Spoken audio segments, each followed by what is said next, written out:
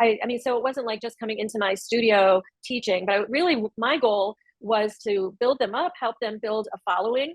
As part of that, promoted them on my social media. I promoted them in the local little newspaper.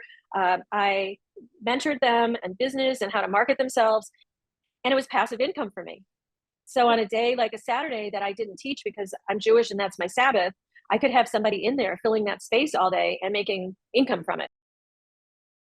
Welcome to Grind It Out Video Podcast. I'm your host, Katie, and today I have Deborah Lavinsky here for a chat. Let's go. Good morning, good evening, good afternoon, wherever you are. Yes, my name is Deborah Lavinsky. I am a nationally certified Pilates teacher, and I live in Phoenix, Arizona. I've actually had a couple different careers in my life, but my final one here is as a Pilates studio owner and teacher. So I had started taking Pilates back in around 2004, 2005, and then I was looking to learn more. So I went to a Pilates training program for a mat since I was already doing equipment and really fell down the rabbit hole. So I've had a career in the past as a professional musician and as a financial advisor for almost 20 years. So it seemed to be like a synergy of all of those things that I'd done in the past into one. And I just love teaching Pilates. So I ended up making the decision to open my own brick and mortar studio. And after a few months of kind of going back and forth between putting my suits on and then changing into my fitness clothes and then back to the suits, I decided that my main love really was Pilates. So I retired from financial services and went 100% in on owning a studio and teaching Pilates. About 5 years ago, it's coming up on 5 years, I closed that studio.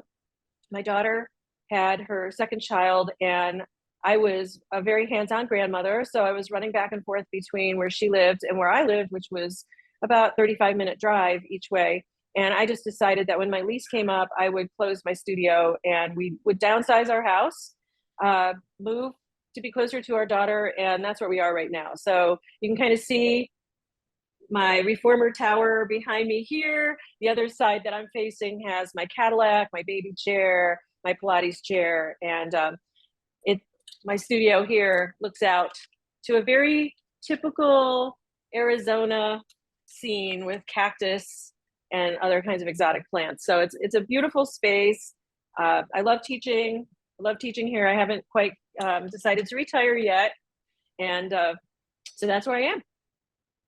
Amazing. Your outdoor space looks really nice, by the way, all the plants and also the pool. Thank you. I haven't really been able to go out in the garden more than a little bit in the mornings because it's just been so hot. Too hot. Yeah. Yeah.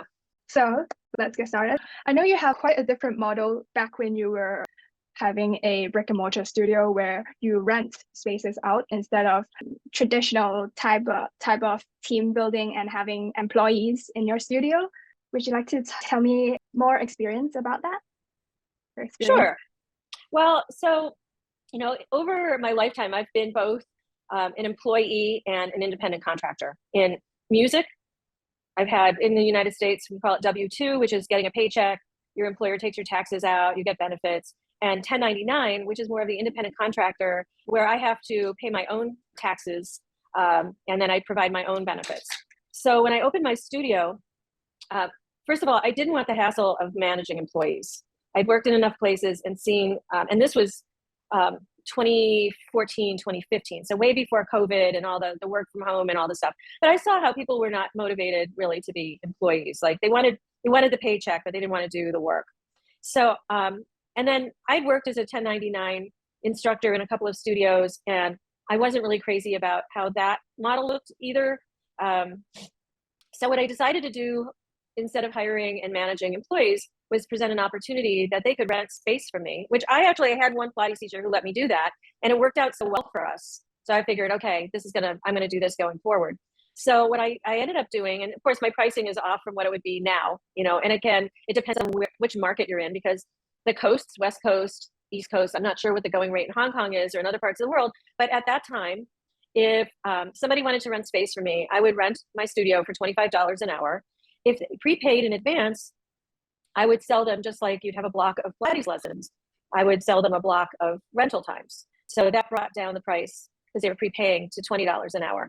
And then they would pay me up front on whatever they decided to do. I mean, if they decided to use all those hours to teach, great. If not, and some didn't. I mean, it was really interesting because people that would come in, I, as part of that, promoted them on my social media. I promoted them in the local little newspaper. I mentored them in business and how to market themselves. I mean, so it wasn't like just coming into my studio teaching, but my goal was to build them up, help them build a following, and it was passive income for me. So on a day like a Saturday that I didn't teach because I'm Jewish and that's my Sabbath, I could have somebody in there filling that space all day and making income from it. So it was, I would say, somewhat successful because people just are not born entrepreneurs. Some people have to learn it. Some people do have that self-initiative. Those are people that start businesses, own Pilates studios, yoga studios, but a lot of people need to be taught and are not coachable. So I had a number of different people over the years that would rent space and try to build them up. My ultimate goal was that when down the line, when I was going to retire and close the studio, that I have somebody who could buy the studio from me or take over my existing business. So, which did not happen. So I would say my model, I think, is a good model for some people to follow with renting out space, but it wasn't a slam dunk, as we say, with getting the space, the time filled with people teaching, and then having them become successful by building their following. Did you have any criteria or qualifications in terms of the Pilates teacher that you choose to rent spaces to at that time? Yes, they had. Well, for the Pilates teachers, they had to be certified, so which meant comprehensively certified. So as they've changed it now, it was PMA, Certified Pilates Teacher at that time, was the certification. Now it's called NCPT, Nationally Certified Pilates Teacher. So it's had a little change, but I wanted my Pilates teachers to have that designation, that certification. I had it. To me, it just shows professionalism, adherence to ethics. And coming from the financial services world, everybody has alphabet letters after their name. It just shows commitment to the profession, commitment to continuing education and ethics. Interestingly, and then I did have a yoga teacher who came in, and she had the 200-hour, I think, what is it, YRT? I think that's what it's called. So she came in and she had her certification. I didn't want somebody who was like learning off YouTube and then proclaiming themselves a Pilates teacher. That said, trust but verify.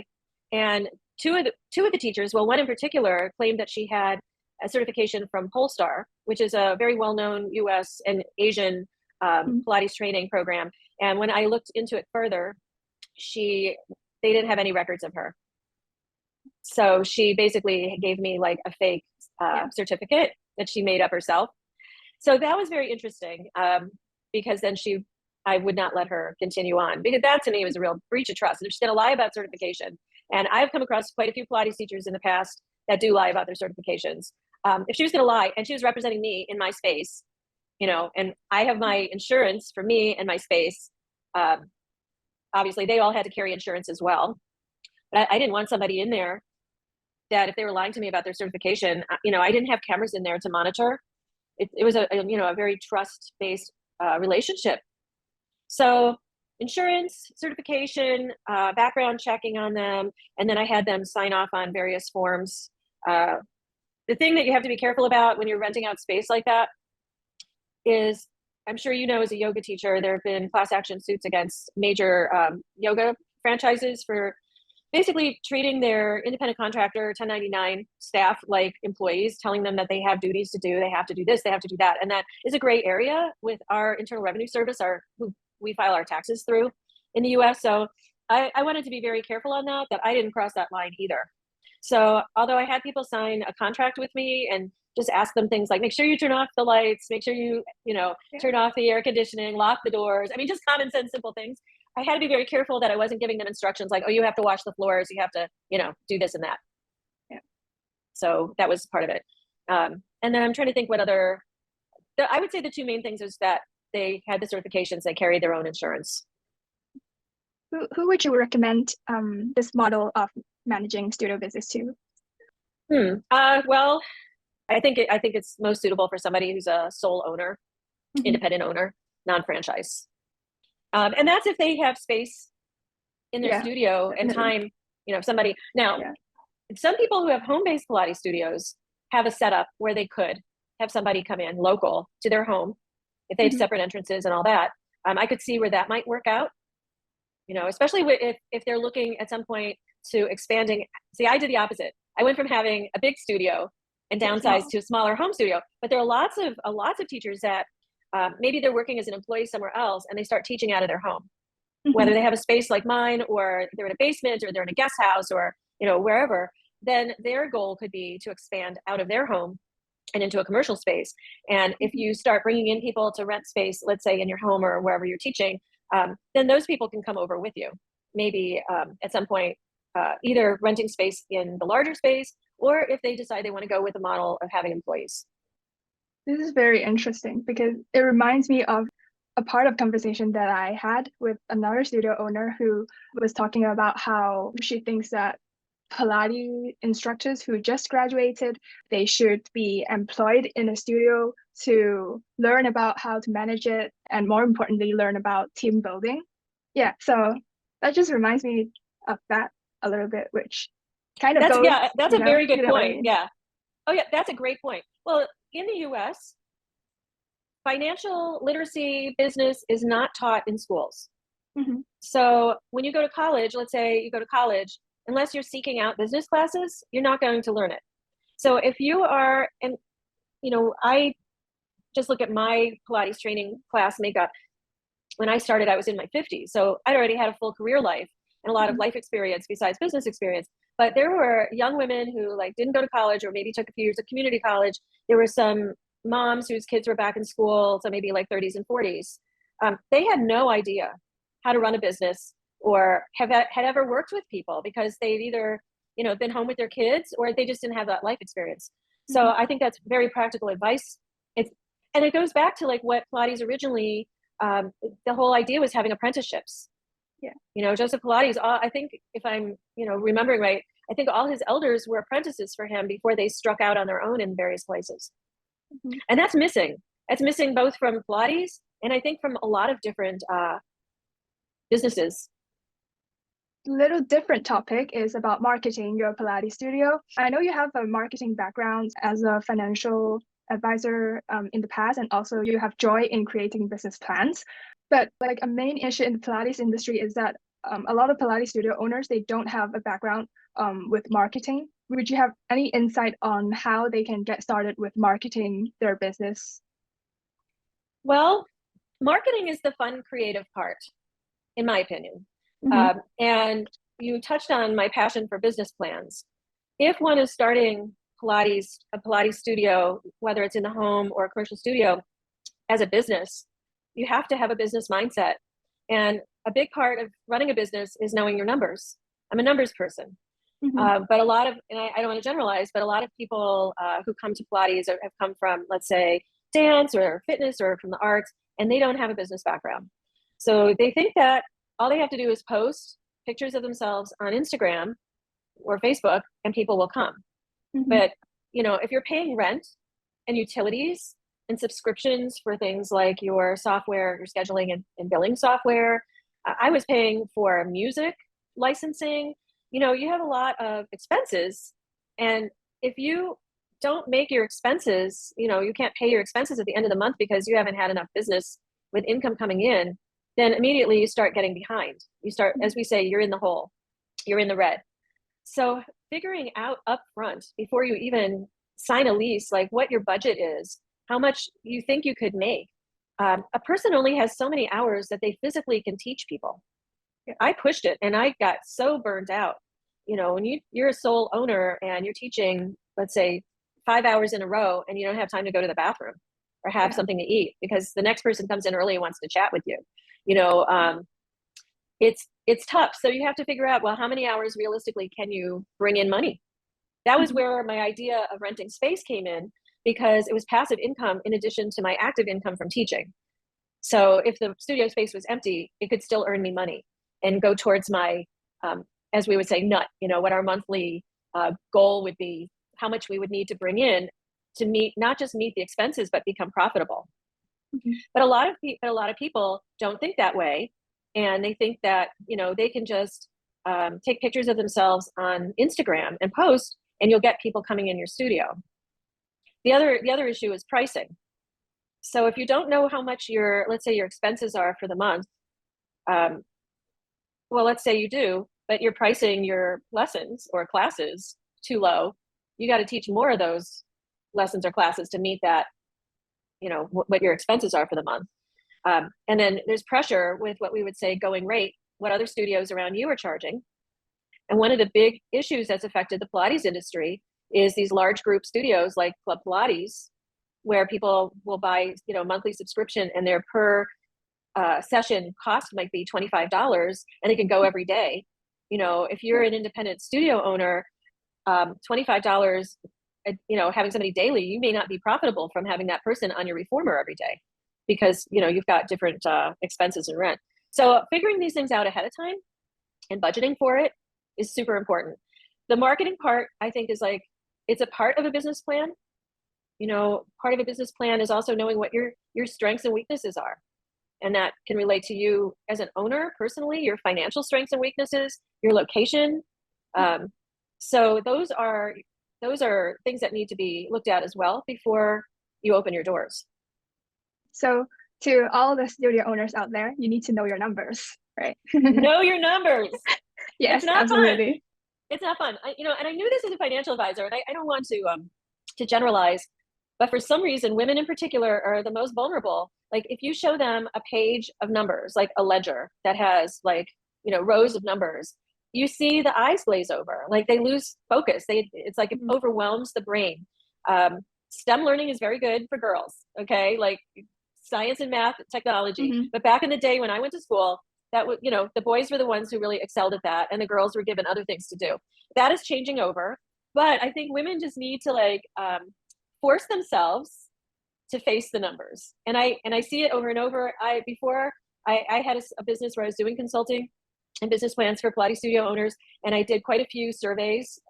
And I mean, the same things would come back. I mean, basically, they just didn't understand the numbers. So instead of trying to figure out how to understand them, they would just say, I'll do the fun part. I'd rather take pictures of myself on the equipment and post on Instagram.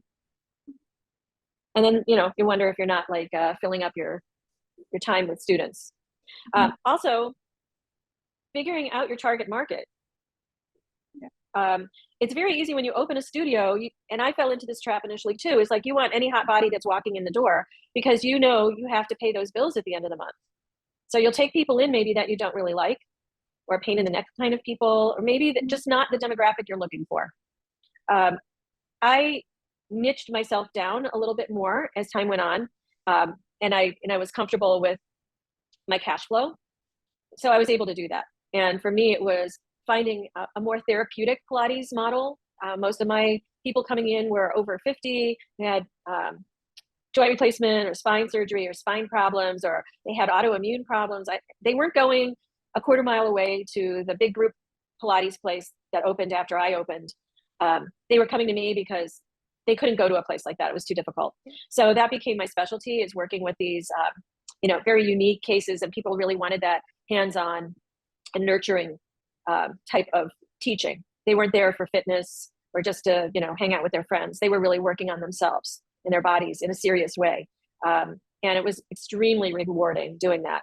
And now, I mean, that's basically my Pilates practice. And I'm very particular about who I have now come into my home as a student and who I want to work with.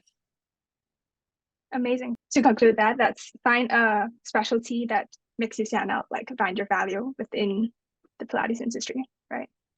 Yes, and I think that I think people are afraid to niche down. I had taken some business coaching many years ago when I was working as a financial advisor, and I took to heart a lot of what I learned.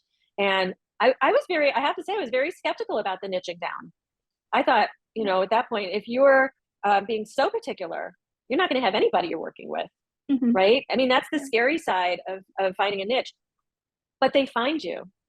And even now, one little thing that I do, and I get people all the time, is I had taken a training course, I guess now, I'm trying to think, maybe 8 or 9 years ago, on diastasis recti. women's health, pre and postnatal Pilates. And I was dared by the instructor to do one of these new things, which was Facebook Live, right? We take it for granted. It's been around forever, but it hasn't. And I was really nervous about being on the camera and doing a Facebook Live, but I took the challenge and I ended up loving it. I had made somewhere like about a dozen of these on various topics relating to pre and postnatal Pilates, and I put them on YouTube. I created my own little YouTube channel, linked them to my website. So I have a page on my website, and that everybody should have a website. Even if it's kind of like an outdated idea at this point, because of social media, people still expect to see a website. So I had a website with a page on pre and postnatal with links to that YouTube channel. And I get people all the time who are doing searches for diastasis recti in, let's say, Phoenix, Arizona. Google owns YouTube. They love each other. So, when you are doing a search, they help each other. So with that search engine optimization, SEO, that we're always looking for, that's like the easiest one. It didn't cost me a cent other than, my website, but people doing searches on YouTube or searches on Google will find me on my website. Mm-hmm. So that was a specialization, a niche. I also do a modality called Rossiter stretching. People who do searches for that find me on my website because I have a dedicated page on Rossiter. Pilates in Arizona, Pilates in Phoenix, Pilates in my zip code. I get people all the time from that. It doesn't cost me anything more than having my website. So, that I do on my intake forms with my new clients. I ask them, where did you hear about me? And 9 out of 10 times, it's from a Google search. Mm-hmm. I mean, I'd love to have it as word of mouth because that's really always been the best, but it's not the case now. It's not the case. It's more, from doing web searches. Got it. One last question where Sure. I ask everyone, looking ahead, what do you see as the biggest challenge and opportunities in your Pilates studio? With my studio? Mm-hmm. Oh, well, I am trying to decide if I'm going to retire. So my challenge is a little different than a lot of people starting out because I'm already towards the end of my Pilates career. I could see working and doing this. I'm 66, so I could see doing it for another 4 or 5 years on a part-time basis. My challenge is if I wake up and I'm not excited about it anymore. I don't want to do it just to do it. Yeah. I really think if I lose my passion for teaching, then I should stop. Have you So lost that's your my passion? challenge. I haven't lost my passion, but I think if I feel like I have, then that's a sign. In my heart, you have to listen, heart and head, right? Yeah. So yeah. if in my heart I'm not like motivated anymore to see people and to work with them for Pilates, then I should retire. So those are really my challenges: is keeping that excitement, enthusiasm, desire going for as long as I'm physically able to teach, and then recognizing if I don't have it anymore, then I'm doing people a disservice and myself a disservice. Because if I don't feel like teaching, people get that. Yeah. I don't want to just like do it for the money. I'm fortunate. I don't need to do it for the money. Yeah. For me, I do it for the love. That's But I the most understand important. many people are not in that position. It has to be a balance of both.